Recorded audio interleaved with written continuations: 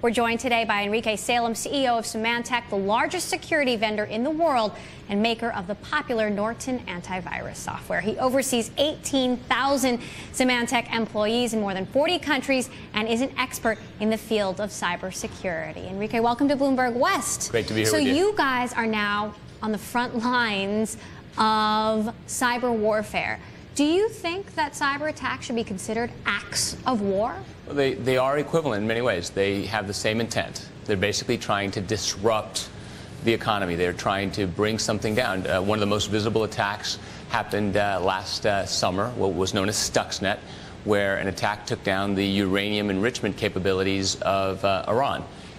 This opens the door for the U.S., though, to react and respond with traditional military force. What's your take on that?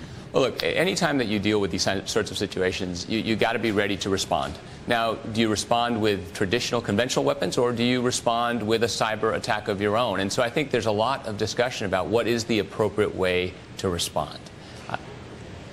Do you feel like, Enrique, it's Cory Johnson in the newsroom, do you feel like you guys have got to change the way you guys do business in a certain way, because now you're at the point where you're triggering what this nation will decide is war? Well, what we have to do is we have to help people understand what do you need to do to be ready to deal with these attacks. And I think it's a simple, straightforward plan. One, you better know that you will be attacked, and so you got to be prepared. How do you protect yourself? And then how do you counterattack if there should be an incident? And that means you better have good relationships with law enforcement and with governments. And so we're helping people understand what they need to do to respond. It also seems that catching who did it, who's behind the hack, is a new goal put on top of security systems, that finding the hackers really isn't the job of hackers, of security virus software, for example, for years has just been about keeping the bad thing out or remediating the damage. But tracking back to finding out who's responsible has not been the goal of software in the past. Is that something that you guys need to start doing in the future, and will that add expenses to your software development? Well, attribution of the original attacker is something that people are always interested in. And so what we try to do is help understand what is the source, where is it coming from. But as you know, one of the biggest issues with cyber attacks is that they can perceived to be coming from Eastern Europe, from China, from Latin America, when the perpetrator could be, quite frankly, anywhere in the world. And so this notion of attribution, we do spend time thinking about how do you do it effectively, and we're always working with law enforcement to help them determine who is the culprit, and we have some techniques that we use to make that happen. How involved is Symantec in working with the U.S. government to prevent these kinds of things? Well, every day we work with governments all over the world, not just the U.S. government, to help them think about how to be protected. President Obama, when he took office, he made a very definitive statement. He said, we're under attack. He said, our nation's prosperity is linked to the security of our cell phones, our laptops, our networks. And he said, we have to make sure we protect them. And so Symantec is actively involved not only with the U.S. government, with governments around the world to help them understand what are the steps they need to take to ensure security. We've seen a string of corporate hack attacks, Google today, Sony, Lockheed. Could these have been avoided? What you have to do is you have to think about what do you need to protect. What we find the most important thing to protect is the information that you use to run your business, because they're going after something. People are going to get attacked. They're going to get hacked. But what has to happen is you have to know what matters. And so in any of these cases, they're after intellectual property, they're after credit card data, they're after your personal information. And so you got to protect it.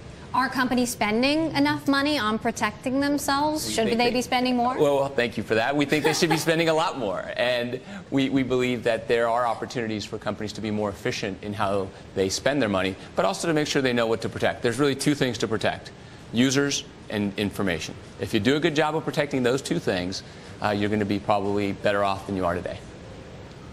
Enrique, I know that IT guys always blame the users for problems with their IT, but it seems to me that with the EMC story, the EMC RSA, the fob attack that we learned about this last week against Lockheed, that Lockheed was warned 2 months beforehand that there was a problem with these fobs, and whatever changes they needed to remediate, they didn't get done. What do you try to do to make your customers follow your updates when they're worried about getting another sales call? What's important is to make sure that you know what needs to be updated, and also to make it clear to the department how quickly it needs to be updated.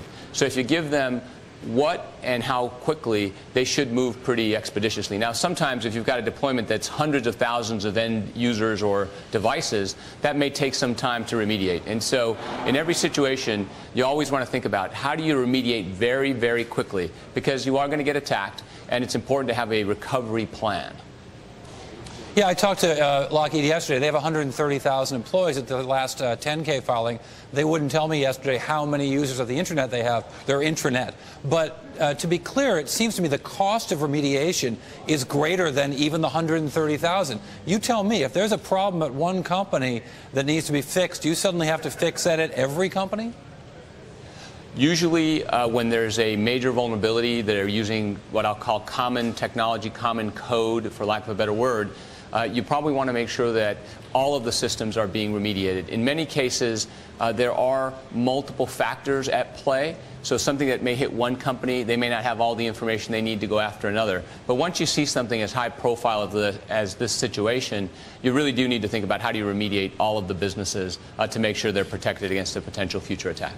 So let's talk about your business. Analysts say it is stable, but that you do need new revenue streams to keep growing. Give us an idea of what kinds of things you're investing in and where you're seeing results. Well, what you see right now is our customers are dealing with explosive growth in information. Information was up 62% last year, 800,000 petabytes of data. That's enough CDs to go from the Earth to the moon. And so customers need help in dealing with that information explosion. You just talked about the threat landscape. It's become more toxic, more targeted. People need help protecting themselves. Three big trends around virtualization, mobility. There's more smartphones now than PCs, as far as more were sold in the December quarter.